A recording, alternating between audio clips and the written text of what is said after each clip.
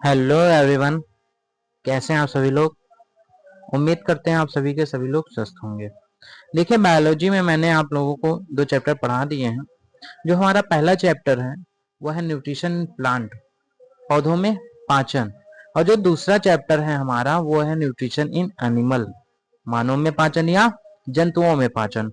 अब हम बात करेंगे रिस्पिरेशन इन ह्यूमंस, मतलब मानव में श्वसन। तो फिर से एक बार आप सभी लोगों का स्वागत करते हैं आपके अपने channel science by Diwakar Tiwari classes में। देखिए, ये हमारा चैप्टर नंबर 3 है जिसका नाम है रिस्पिरेशन, श्वसन। श्वसन क्या है? बहुत लोग कहते हैं कि सांस को लेना या सांस को छोड़ना क्या कहलाता है? श्वसन कहलाता है। तो भाई, ये श्वसन नहीं कहलाता है, ये श्वासोच्छ्वास कहलाता है। जो भी हम सांस लेते हैं उसके बाद सांस छोड़ते हैं उसको क्या कहा जाता है? उसको कहा जाता है श्वासोच्छ्वास, श्वसन नहीं कहा जाता है। ठीक है भाई, इतना ध्यान रखिएगा। अब आते हैं अपने क्लास में। देखिए, श्वसन होता क्या है। श्वसन क्या होता है तो ध्यान से पढ़िए। भोजन के ऊर्जा को मुक्त करने की जो क्रिया होती है उसी को श्वसन कहते हैं। भाई, जाहिर सी बात है, जो हम खाना खाते हैं, जो हम भोजन करते हैं, उससे हमें ऊर्जा मिलती है। उसी ऊर्जा को मुक्त करना क्या कहलाता है? श्वसन कहलाता है। देखिए, सबसे पहले हमने पोषण में क्या पढ़ा? सबसे पहले पोषण में मैंने पढ़ा कि सबसे पहले मैंने क्या खाया? खाना खाया। खाना खाने के बाद खाने का क्या हुआ? पाचन हुआ। पाचन कहाँ पे हुआ? पूर्ण पाचन कहाँ पे हुआ बेटा? छोटी आंत में हमारा पाचन हुआ। मैंने बात किया था पाचन में, न्यूट्रिशन एनिमल्स में, कि सबसे पहले मैंने क्या खाया? खाना खाया। और खाना हमारा पाचन कहाँ हुआ? छोटी आंत में। उसके बाद पाचन के बाद हमें मिला क्या था? पाचन जब हुआ तो पाचन के बाद हमें मिला बेटा ग्लूकोज। ये जो ग्लूकोज होता है ये हमारे ब्लड में मिल जाता है, रक्त में मिल जाता है। और ये जो रक्त है, रक्त से हमारी कोशिका में जाता है। यही जो ब्लड है, ऊर्जा है हमारी, ये कोशिका में जाता है। कोशिका की अगर बात करें, कोशिका में कहाँ पे जाता है? हमारे माइटोकॉन्ड्रिया में जाता है। कोशिका में कहा जाता है? माइटोकॉन्ड्रिया में जाता है। तो एक बार फिर से देख लीजिए। सबसे पहले मैंने क्या किया? खाना खाया। सबसे पहले खाना खाया। खाने का पाचन हुआ हमारी छोटी आंत में। जब खाने का पाचन हो जाता है तो हमें क्या मिलता है? ग्लूकोज मिलता है। और वही ग्लूकोज सबसे पहले ब्लड में जाता है। ब्लड में जाने के बाद कोशिका से डायरेक्ट माइटोकॉन्ड्रिया में चला जाता है। ठीक है, तो ये होता है हमारा श्वसन। देखिए, फिर से एक बार हम देखते हैं। सबसे पहले मैंने क्या खाया? खाना खाया। खाने का क्या हुआ? पाचन हुआ। पाचन कहाँ पे होता है? हमारी छोटी आंत में होता है। उसके बाद ग्लूकोज बनता है और वो ग्लूकोज ब्लड में जाएगा। ब्लड में जाने के बाद हमारी कोशिका के माइटोकॉन्ड्रिया में स्टोर हो जाता है। तो यहाँ पे एक रिएक्शन है। इस रिएक्शन की अगर हम बात करें कि ये हमारा ग्लूकोज है, ये हमारा क्या है? ये हमारा ग्लूकोज है। और ग्लूकोज को जब जलाएंगे, जब ग्लूकोज को जलाएंगे, जलाएंगे कैसे? ऑक्सीजन से क्रिया करके। जब हम ग्लूकोज को ऑक्सीजन से क्रिया करते हैं तो उसको कहते हैं कि ग्लूकोज को जला रहे हैं। तो जब जलाएंगे ग्लूकोज को, हम अपने खाने को जलाएंगे तो हमें मिलेगा क्या? हमें मिलता है कार्बन डाइऑक्साइड, जल और ऊर्जा। भाई, जाहिर सी बात है, जिसका अभी मैंने बात किया, जिसका पाचन, जिस भोजन का पाचन हमारे शरीर में हुआ और हमें ग्लूकोज मिला, और उसी ग्लूकोज को क्या करेंगे? जलाएंगे, दहन करेंगे उसका, या जलाएंगे। हमारा खाना क्या होता है? जलेगा। जब खाना जलेगा तभी हमें क्या मिलता है? कार्बन डाइऑक्साइड, जल और एनर्जी मिलती है, ऊर्जा मिलती है। इसी तरीके से हम बात करेंगे नीचे वाले अभिक्रिया की। नीचे वाली अभिक्रिया हमारी क्या है? CH4। CH4 को क्या कहते हैं? इसको कहते हैं मीथेन। CH4 को क्या कहते हैं? CH4 को कहते हैं मीथेन। मेथेन को जब जलाएंगे, मेथेन जब जलता है तो मिलता क्या है? तब भी मिलता है कार्बन डाइऑक्साइड, जल और हमें एनर्जी। कार्बन डाइऑक्साइड, H2 और एनर्जी, ऊर्जा मिलती है। तो अब होता क्या है ये CH4 क्या होता है, मीथेन होता है। मीथेन हमारा क्या कहलाता है, बायोगैस है। मीथेन हमारा है एक प्रकार का बायोगैस, मीथेन हमारा है बायोगैस। और ये जो मीथेन है इसका इस्तेमाल हम ईंधन के रूप में करते हैं। किसके रूप में करते हैं, ईंधन के रूप में इसका उपयोग हम करते हैं। जितने भी हमारे सारे ईंधन होते हैं उन सभी के सभी ईंधन में क्या मिलता है, क्या पाया जाता है, हाइड्रोकार्बन पाया जाता है। सारे ईंधन में क्या पाया जाता है, हाइड्रोकार्बन पाया जाता है। हाइड्रोकार्बन में क्या होता है, इसमें हाइड्रोजन के भी अणु होते हैं और इसमें कार्बन के भी अणु होते हैं। अब ऊर्जा की बात करते हैं। ये जो हमें ऊर्जा मिल रही है, ये जो ऊर्जा हमें मिल रही है ये दो तरीके की होती है। एक होता है हीट के फॉर्म में, मतलब ऊष्मा के फॉर्म में, और एक होता है लाइट के फॉर्म में। तो दो फॉर्म में हमें ऊष्मा मिलती है, ऊर्जा मिलती है। अब देखते हैं ये जो श्वसन होता है, श्वसन की अगर हम बात करें, ये जो हमारा श्वसन होता है, जो हमारा श्वसन होता है, उस श्वसन की अगर बात करें तो श्वसन सजीवों के अंदर होता है, श्वसन सजीवों के अंदर होता है। और जो दहन होता है वो शरीर के बाहर होता है। दहन कहाँ होता है, शरीर के बाहर होता है। आइए अब क्रिया के द्वारा हम आगे देखते हैं। यहाँ पे हम बात करेंगे कि जो नोट में डाल लीजिएगा, जो पदार्थ होते हैं वो दो प्रकार के होते हैं।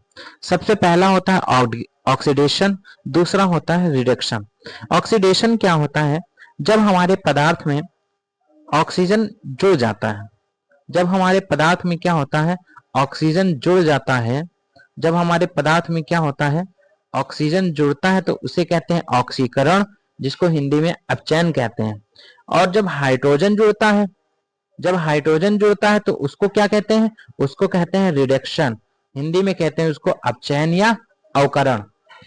हम यहाँ पे देखेंगे जो हमारा श्वसन होता है, जब हम खाने को जलाते हैं तो वही हमारा क्या कहलाता है, दहन कहलाता है, और वही हमारा ऑक्सीकरण कहलाता है। हम यहाँ अगेन फिर से बात करें, ये जो हमारी अपक्रिया है, ये जो हमारी अपक्रिया है, ये हमारी अपक्रिया कौन सी अपक्रिया है, यही हमारी अपक्रिया है श्वसन की।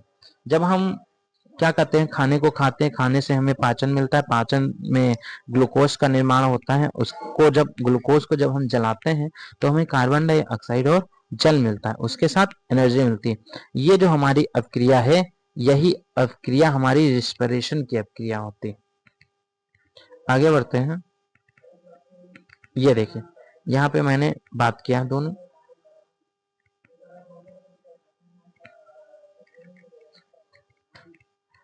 यहाँ पे मैंने बात किया है।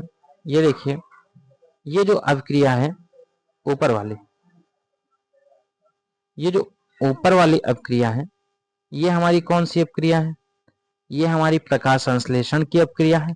जब मैंने पौधों में पाचन पढ़ा तो उसमें मैंने क्या बात किया था, मैंने बात किया कि कार्बन डाइऑक्साइड और जल को जब मिलाएंगे ऊर्जा के रूप में या प्रकाश संश्लेषण और क्लोरोफिल की उपस्थिति में, तो हमें ग्लूकोज और ऑक्सीजन मिलता है। वहीं पे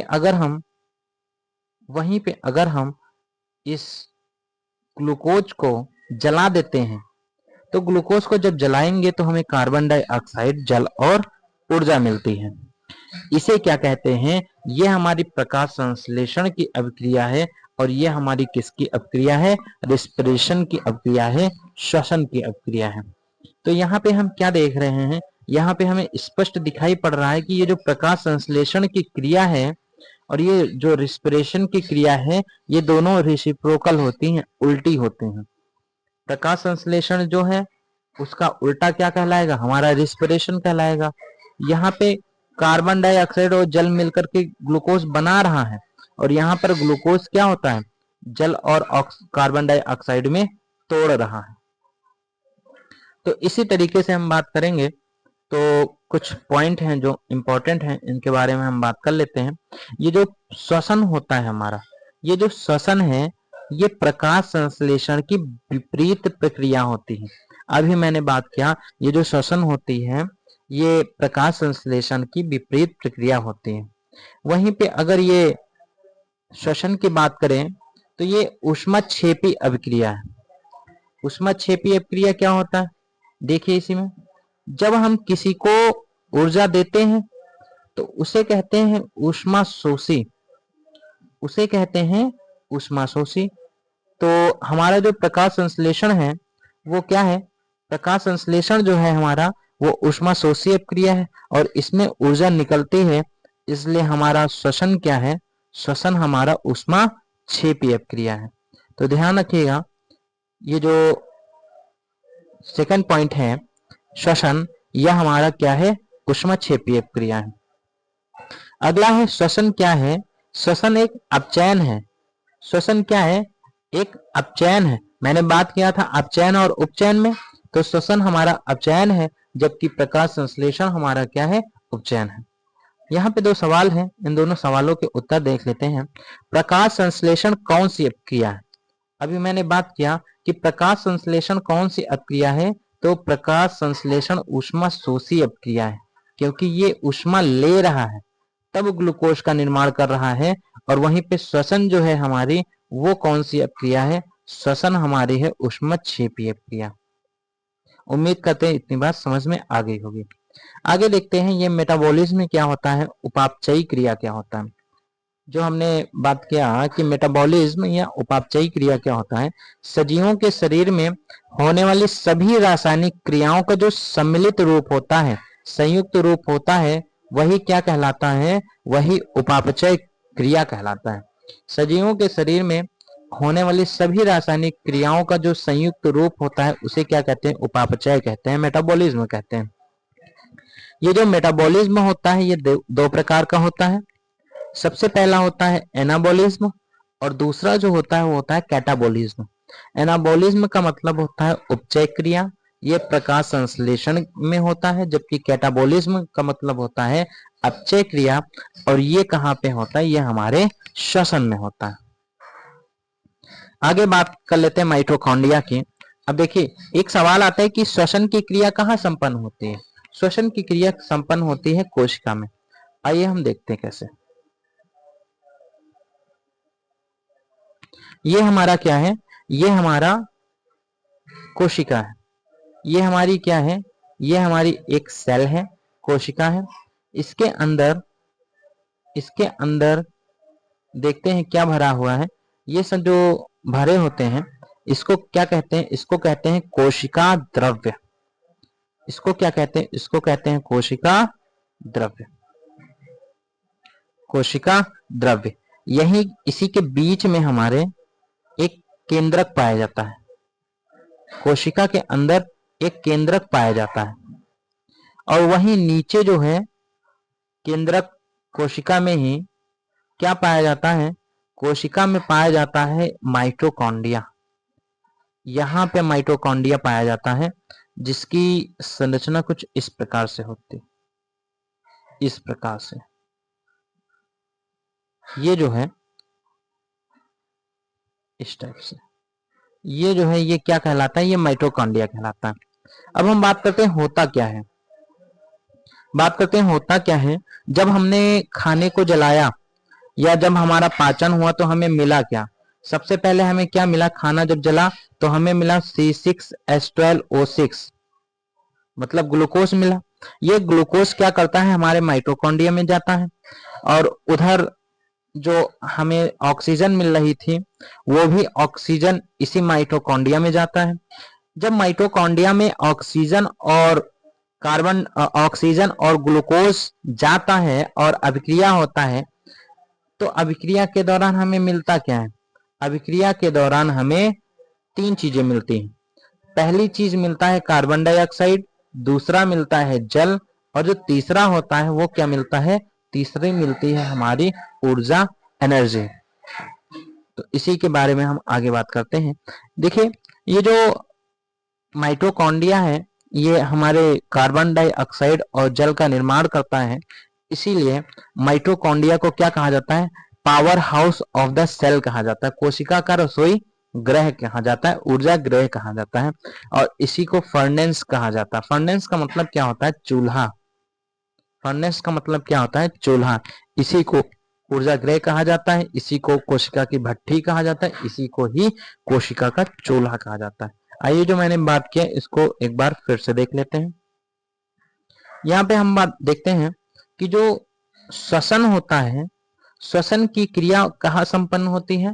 कोशिका के माइटोकॉन्ड्रिया में संपन्न होती है।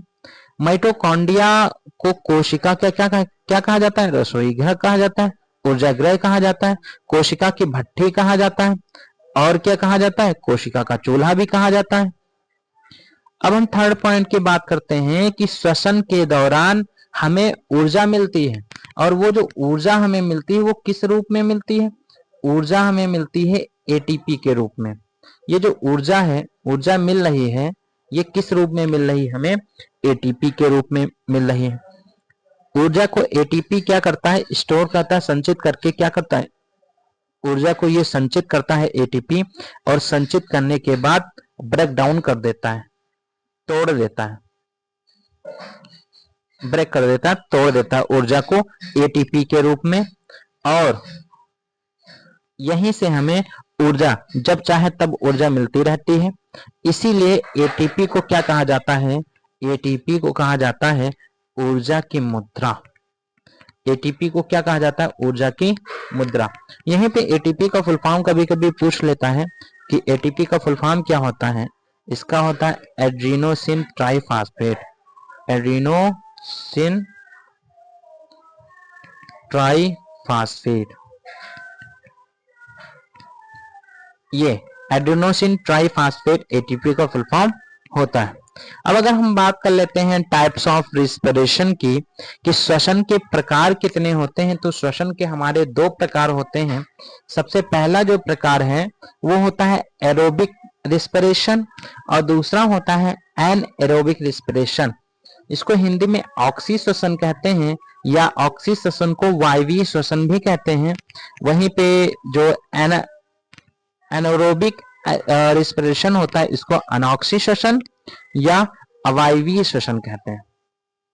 अब एक एक करके हम बात कर लेते हैं कि एरोबिक रिस्पिरेशन क्या होता है, एनएरोबिक रिस्पिरेशन क्या होता है, ऑक्सी श्वसन क्या होता है, या अनॉक्सी श्वसन क्या होता है। देखिए एक एक करके हम बात करते हैं। सबसे पहले हम बात करते हैं ऑक्सी श्वसन की, कि ये ऑक्सी श्वसन होता क्या है। ये जो ऑक्सी श्वसन है ये सूर्य की उपस्थिति में होता है। ऑक्सी श्वसन जो होता है वो सूर्य की उपस्थिति में होता है, जबकि अनॉक्सी अभिक्रिया सूर्य की उपस्थिति में नहीं होता है। इस अभिक्रिया में भोजन का पूर्ण दहन होता है। ऑक्सी श्वसन में भोजन का पूर्ण दहन होता है, जबकि जो हमारा अनॉक्सी श्वसन होता है उसमें भोजन का आंशिक दहन होता है, पूर्ण दहन नहीं होता है। अब अगर आगे बात करते हैं, इस अभिक्रिया में ऊर्जा की जो मात्रा होती है वो अधिक मुक्त होती है। सबसे ज्यादा ऊर्जा कहाँ मुक्त होती है? ऑक्सी श्वसन में, जबकि अनॉक्सी श्वसन में सबसे कम ऊर्जा मुक्त होगी। यहाँ पे जो हमारा अंतिम उत्पाद बनता है वो कार्बन डाइऑक्साइड, जल और 38 एटीपी, कभी कभी 36 एटीपी भी बता देता है कि 38 या 36 एटीपी हमें मिलती है। अगली बात करें कि जो ये ऑक्सी श्वसन है ये कहाँ संपन्न होती है, तो ऑक्सी श्वसन जो है हमारे माइटोकॉन्ड्रिया और कोशिका द्रव्य में स्टोर होती है, जबकि अनॉक्सी क्रिया हमारे सिर्फ कोशिका द्रव्य में संपन्न होती है। आइए अब बात कर लेते हैं अनॉक्सी श्वसन की। अनॉक्सी श्वसन क्या होता है इसके बारे में वैसे बात कर चुके हैं। अनॉक्सी श्वसन क्या होता है? ये श्वसन ऑक्सीजन की उपस्थिति में नहीं होती है, और इस अभिक्रिया में या इस श्वसन में भोजन का आंशिक पाचन होता है। क्या होता है? भोजन का आंशिक पाचन होता है। इस श्वसन में ऊर्जा की मात्रा सबसे कम मुक्त होती है। यहाँ अगर अंतिम उत्पाद की बात करें तो यहाँ पे जो हमारा अंतिम उत्पाद है ये क्या बनता है? यहाँ पे हमारा जो अंतिम उत्पाद है वो एथिल अल्कोहल और CO2 carbon dioxide, ethyl alcohol carbon dioxide और 2 एटीपी, यहाँ 2 एटीपी हमें मिलता है। ये जो एथिल अल्कोहल होता है ये जो हमारा यहाँ एथिल अल्कोहल है, इसको और एथेनॉल कहा जाता है। एथिल अल्कोहल को क्या कहा जाता है? एथेनॉल। एथेनॉल कहा जाता है। एथेनॉल का सूत्र कभी कभी पूछ लेता है, तो एथेनॉल का सूत्र क्या होता है? C2H5OH।